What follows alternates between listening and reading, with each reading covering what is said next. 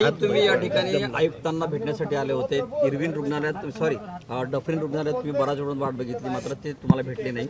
अखेर कलेक्टर ऑफिसमध्ये सगळ्या कार्यकर्त्यांनी ठिय्या आंदोलन केलं आणि इथे त्यांचा घेराव घातला.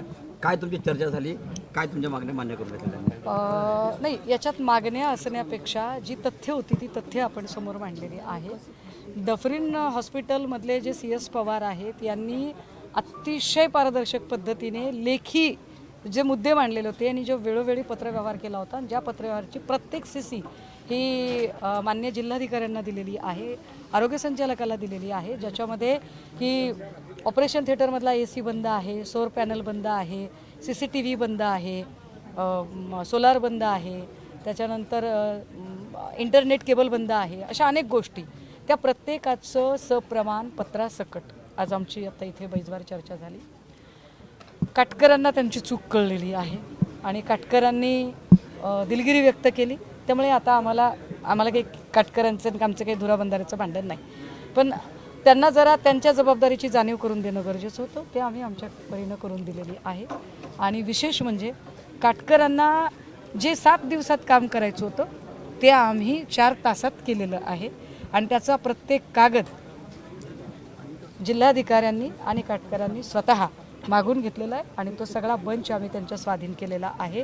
याचं जे अल्टिमेट टार्गेट आहे की हे समजा केबल नाही, AC नाही, ऑपरेशन थिएटरमधला AC बंद आहे, फॅन बंद आहे, सोलार बंद आहे, मेंटेनन्स झालेलं नाही आणि ते का झालेलं नाही तर त्याला फंड उपलब्ध नव्हता. 9 कोटीचं 9.5 कोटीचा हा निधी होता दवाखान्याचा, पण तो दिला नाही. पालकमंत्री बावनकुळे यांनी DPDCतनं देणं होतं.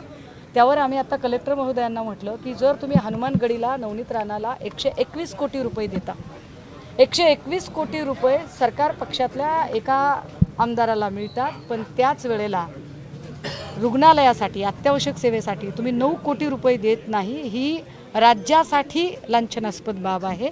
आणि ते त्यांनी समजून घेतले आणि त्यांनी असं म्हटलं की ठीक आहे आम्ही देतो, आमच्या तांत्रिक अडचणी आहेत.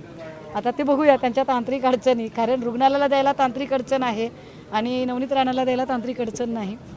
पण मला असं वाटते की आमच्याकडून जे काही आम्ही दिलं आहे त्याच्यामध्ये PWD, कार्यकारी अभियंता, आरोग्य संचालक ह्या सगळ्यांनाच या चौकशीच्या घेऱ्यात घेतलं पाहिजे. मुळात ज्या आरोग्य संचालक काटकरांना इथे चौकशी समितीचा अध्यक्ष म्हणून पाठवलेला आहे ते सुद्धा तितकेच दोषी आहेत. हे आता चर्चेदरम्यान आम्ही त्यांना सप्रमाण सिद्ध करूनही दाखवलेलं आहे. त्यांचं असं म्हणणं होतं की आम्ही 7 दिवसामध्ये हे सगळं काम आता पूर्ण करू. मी माझ्याकडून म्हणजे मी तर म्हटलं ना की 7 दिवसात जे करायचे त्यातला प्रत्येक कागद ना कागद मी आता त्यांना दिलेला आहे. आणि महत्त्वाचं म्हणजे मला प्रश्न पडला आहे 2022ला अशीच घटना घडली, त्याच्यातली चौकशी समिती नेमली गेली आणि त्या चौकशी समितीचा अहवाल अजूनही हाती आलेला नाही. 2022च्या घटनेचा चौकशी अहवाल आला नाही. 2 वर्षामध्ये 4 वर्षामध्ये जवळपास ती माणसं आता सांगतायत की आम्ही रॉबिन हुडसारखं 7 दिवसात देणार आहोत. तर ठीक आहे, आपण वाट बघूया 7 दिवसात ते देणार आहेत म्हणून. हुंदुखराच्या प्रकरणामध्ये रुपाली चाकणकरांचं नाव आलं होतं, त्यावेळी तुम्ही प्रचंड टीका देखील वाद. आता पुण्यामध्ये जर आपण पाहिलं तर रुपाली चाकणकरांनी नवीन हॉटेल सुरू केलेलं, तुम्ही आज ट्विट देखील केलेलं आहे, कसं पाहताय? बघा, कुणी कुठला व्यवसाय करावं, according to Indian constitution chapter 3 article 19 everyone has a right. प्रत्येकाला आपली ब्रेड बटर मिळवण्याचा अधिकार आहे, रोजीरोटी करण्याचा अधिकार आहे. कुणी कुठला व्यवसाय निवडावा याला काही कुणाचं बंधन असायचं कारण नाही, अगदी पब बार सुद्धा. फक्त नैतिक प्रश्न एवढाच आहे की ज्या बाईला महिला आयोगाची अध्यक्ष म्हणून बसवावं, जर त्याचं नाव जर त्या बारची मालकीन, आता मला माहीत नाही ती बारची मालकीन आहे की नाही ते, पण तीच बाई जर बारची मालकीन म्हणून जर नाव बातम्यांमध्ये येत असेल तर हे मात्र गंभीर आहे. कारण अशा पद्धतीने महिला आयोग म्हणजे सक्षमीकरण करणारा, म्हणजे आधी महिला लैंगिक शोषणात नाव आलेलं होतं आणि आता पब बार म्हणजे सगळी तरुणाई व्यसनाधीन करण्याचा धंदा. तर हे विधी म्हणजे ज्याला काय म्हणतात की इथिकली जी बाब आहे, नैतिक अनैतिक, ते त्यांनी करायचं का नाही ते ठरवावं. बाकी बाईंकडे नैतिक अनैतिक काही असायचं कारणच नाही. तरी नागपूर RTO मध्ये वसुलीचं रॅकेट सुरू करण्यासंबंधाची बैठक जी आहे ते झालेली आहे. या बैठकीचे फोटो आणि व्हिडिओ सुद्धा समोर आले. अधिवेशनामध्ये विजय वडेट्टीवारांनी योगेश खैरनार यांचं नाव घेतलं होतं, त्यांची सिंधुदुर्गमध्ये बदली झाली. या बैठकीला ते असल्याचंही सुद्धा कळतंय. या प्रकरणात SIT दाखल असताना अशा पद्धतीची बैठक होणं कसं होतं? याच्यातले जे योगेश खैरनार आहेत ते माझ्या माहितीप्रमाणे सेवानिवृत्त, मात्र ते एक RTOची असोसिएशन चालवत होते आणि त्या असोसिएशनमध्ये अजून एक कोणीतरी दुसरा एक माणूस होता, त्याचं नाव वडेट्टीवारांनी ऑन फ्लोअर घेतलेलं होतं आणि त्या संबंधाने परिवहन मंत्री प्रताप सरनाईक यांनी सांगितलं होतं की आम्ही तात्काळ याची SIT बसवू. आता ती SIT बसवू म्हटल्यानंतर सुद्धा जर वसुली रॅकेटच्या अशा बेखौफ पद्धतीने जर बैठका चालत असतील तर मंत्री नावाच्या खुर्चीवर बसलेली जी माणसं आहेत ती नेमकं काय करतात शोधलं पाहिजे एकदम. 2022 मध्ये ज्या व्हेंटिलेटरचा स्फोट झाला होता तेच व्हेंटिलेटर परत त्यांनी 25 मध्ये पण बसवलेले आहे. आपण त्याच्यावरही त्यांच्याशी बोललो की 2022 मध्ये जे व्हेंटिलेटरचा स्फोट झाला होता आणि त्यातलं एक व्हेंटिलेटर जे सुरक्षित होतं ते तुम्ही आत्ता बसवलं आणि नवीन पुन्हा एकदा हाफकिन इन्स्टिट्यूटकडे तुम्ही मागणी केल्यानंतर आलं, परंतु ते शिल्लरचंच आलं. पण अडचण अशी आहे की शिल्लर कंपनीच्याच व्हेंटिलेटरचा आधीसुद्धा स्फोट झाला होता, आता परत तुम्ही शिल्लर बसवलेलं आहे. शिल्लर जवळपास 1900 रुग्णालयात 10,000 इतके व्हेंटिलेटर्स दिलेले आहेत आणि ही बाब गंभीर आहे. तर अशी काय अडचण आहे, म्हणजे हाफकिनला कोण सजेस्ट करतं की शिल्लर कंपनीचं खरेदी केलं पाहिजे, एजन्सी कोणाची आहे, कोण त्याचा सप्लायर आहे आणि त्या सप्लायरचा आणि नागपूरवाल्यांचा काही संबंध आहे का? कारण बरेचसे टेंडर सप्लायर ह्या गोष्टी नागपूरशी संबंधित पुन्हा पुन्हा येतात. अगदी परीक्षा पद्धतीमध्ये सुद्धा आपण जे आत्ता पेपर लीक वगैरे त्याच्यावर चर्चा करतोय तर खूप साऱ्या परीक्षा पद्धतीचे जे टेंडर आहेत विशेषतः MCQR पद्धतीने होणाऱ्या परीक्षांचे तर ते पुन्हा नागपूरशी संबंधित येत आहे. निरीक्षकांचा जो पेपर आहे तो परत घेण्याचा मी त्याच्या संदर्भाने सकाळीही बोलले. बघा मी असेल किंवा राष्ट्रवादीचे नेते आमदार रोहित पवार असतील, आम्ही दोघांनीही फूड अँड ड्रग्ज इन्स्पेक्टरच्या ज्या परीक्षा 22 मार्चला होणार होत्या परंतु 20 मार्चला त्याचा पेपर फुटला होता, तो पेपर कसा फुटला हे बैजवार अगदी प्रेझेंटेशन सकट पत्रकार परिषदेमध्ये मांडलेलं होतं. त्यानंतर अनेक गोष्टी पुढे आल्या आणि हा पेपर पुन्हा एकदा नव्याने घ्यायचं ठरलं. तर सरकारच्या या निर्णयाचं मी स्वागत करते, जे चांगलं आहे ते चांगलं आहे. पण माझा सरकारला त्याच्या पुढचा प्रश्न आहे की जरी तुम्ही आता याचा पेपर फुटला हे मान्य केलं आणि तुम्ही नव्याने परीक्षा घेताय पण तरीसुद्धा हे अर्धच काम झालं. मुळात पेपर फुटलाच कसा आणि फोडणारे कोण होते आणि त्यांना तुम्ही जेरबंद कधी करणार आहात, एक. आणि दुसरा सरकारला आमचा खडा सवाल आहे की ज्या पोरांचं कदाचित वयोमर्यादेनुसार ही परीक्षा शेवटची होती आणि कदाचित त्यांना तुमच्या नवीन जाहिरातीमध्ये कदाचित त्यांची एज एलिजिबिलिटी बसणार नाही, तर त्यांच्यासाठी सरकार काय करणार? कारण ही चूक पोरांची नाही, ही चूक सरकारची आहे. त्यामुळे सरकार याच्यात काय भूमिका घेणार?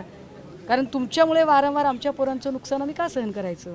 हॉस्पिटलमध्ये बोलताना तुम्हाला वैद्यकीय अधीक्षकांच्या कामाचंही कुठलंही वाटतं, एवढी पाठपुरावा केल्यावर तुम्ही दोषी आहात असं तुम्ही म्हणालात. आता तुम्ही म्हणता की ते पारदर्शक आहे, नेमकं काय? हां, मी आपल्याला त्याच्यात सांगितलं पाहिजे. CS पवार हे सुद्धा दोषी आहेत.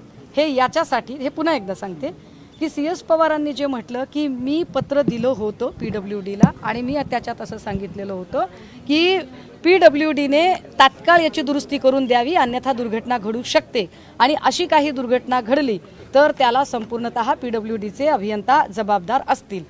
याचा अर्थ काय आहे? याचा पहिला अर्थ हा आहे की CS पवार यांना याची कल्पना होती की दुर्घटना घडू शकते. मग जर कल्पना होती तर इतकी जोखीम पत्करून त्याच वॉर्डमध्ये त्या ठिकाणी ती बाळं का ठेवली? हा पहिला प्रश्न. दुसरं असं की दुर्घटना घडली तर तुम्ही जबाबदार असं ज्या पत्रामध्ये CS पवार म्हणतात, मग त्यानुसार संबंधित PWDच्या अभियंत्यावर त्याच्या अगेन्स्ट FIR CS पवारांनी का दाखल केली नाही? आणि हाच प्रश्न आत्ता आम्ही कलेक्टर आणि काटकर या दोघांना विचारला. त्यावर कलेक्टर यांचं असं म्हणणं होतं की ॲटोनॉमसली काटकर आता त्याला अध्यक्ष आहेत, सो काटकर ठरवतील. तर चला ठीक आहे. पण काटकरचा एकूण जर त्याचा इगोइस्टिक ॲटिट्यूड बघितला तर मला असं वाटतं की फार फार तर एखाद्या अधिकाऱ्याचा बळी देऊन सेफ साईड सुटतील. पण पारदर्शक का म्हणते मी, तर CS पवारांची जरी ही चूक असली तरी CS पवारांनी प्रत्येक वेळेला ऑपरेशन थिएटरचा AC काम करत नाही, केबल नाही आहे, CCTV नाही आहे, सोलार नाही आहे, गरम पाणी नाही आहे, स्वच्छता नाही आहे, छत पडण्याची वेळ आलेली आहे, ट्रान्सफॉर्मर DP बसवलेला नाही आहे, व्हेंटिलेटरचं हे झालेलं नाही आहे, इलेक्ट्रिकल सेफ्टी ऑडिट झालेलं नाही आहे, इन्फ्रास्ट्रक्चर स्टॅबिलिटी ऑडिट झालेलं नाही आहे, व्हेंटिलेटर ऑडिट झालेलं नाही आहे. ह्याची स्मरणपत्र वारंवार पाठवलेली आहेत आणि ती कोणाला पाठवलीत? आरोग्य संचालक आणि कलेक्टरांना CC केलेलं आहे आणि त्यावर उत्तर काय आलेलं आहे की फंड नाहीत. आता फंड कोण देतं? तर फंड DPDC मध्ये देतात पालकमंत्री. पण पालकमंत्र्यांनी फंड का दिले नाही? 2026ला जानेवारी महिन्यामध्ये दादा गेले, आदरणीय दादांकडे अर्थ खातं होतं, त्यामुळे दादा गेले. पण आता असं नाही आहे ना की दादा गेले आणि अर्थ खात्याचा पोर्टफोलिओ कोणाकडेच गेला नाही म्हणजे कुठले अमाऊंट डिस्बर्स झाल्या नाहीत असं नाही आहे. तुम्ही काही अमाऊंट दिलेत लोकांना. नवनीत राणाला 121 कोटी कशासाठी दिले तुम्ही? इथल्या पोलिसांनी खोटा अहवाल का दिला की हनुमानगडीला 1 लाख लोक रोज जात होते म्हणून? तो कोण अधिकारी आहे तो शोधून काढेन मी. ज्या पोलीस अधिकाऱ्याने 1 लाखाचं रिपोर्टिंग केलेलं आहे त्याला किती लाख मिळाले ते पण मी शोधून काढेन. सोडणार नाही कोणालाच. कारण तुम्ही लहान लहान लेकरांच्या जीवाशी खेळलेले आहात. आणि एक तर अर्थ खातं आत्ता सगळं नियंत्रण आहे ते मुख्यमंत्र्यांचं आहे. पैसे का दिले नाही? माझा कलेक्टरांना पण तेच प्रश्न होता. ते म्हणाले फंडची कमी नाही. हो बाबा, फंडची कमी नाही, पैसे चिक्कार आहे तुमच्याकडे. पण चावी बावनकुळेच्या कमरेला आहे आणि ती चावी कपाटाला फक्त आणि फक्त नवनीत राणाला जर देण्यासाठी जर लागत असेल तर हे वाईट आहे.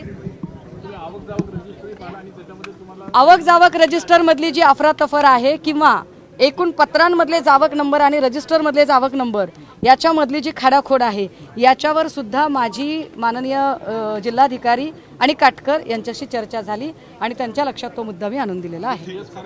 याच्या पलीकडे जाऊन अजून एक महत्त्वाचं, हे जास्त महत्त्वाचं असं मला वाटते की ज्या 4 नर्सेसने आपला जीव धोक्यात घातला आणि त्यांना वाचवलं, त्या बाळांना, त्यांना तुम्ही कायम करावं सेवेमध्ये असं आम्ही म्हटलं आणि कलेक्टरांनी ती मागणी मान्य केली. हे फार महत्त्वाचं आहे की त्या नर्सेसना सेवेमध्ये कायम करण्याची मागणी त्यांनी मान्य केली. माझं त्याला ॲडिशन असं होतं की त्यांना रिवॉर्डसुद्धा मिळालं पाहिजे आणि शौर्य पुरस्कारासाठी या लोकांची नामांकनंसुद्धा पुढे गेली पाहिजे.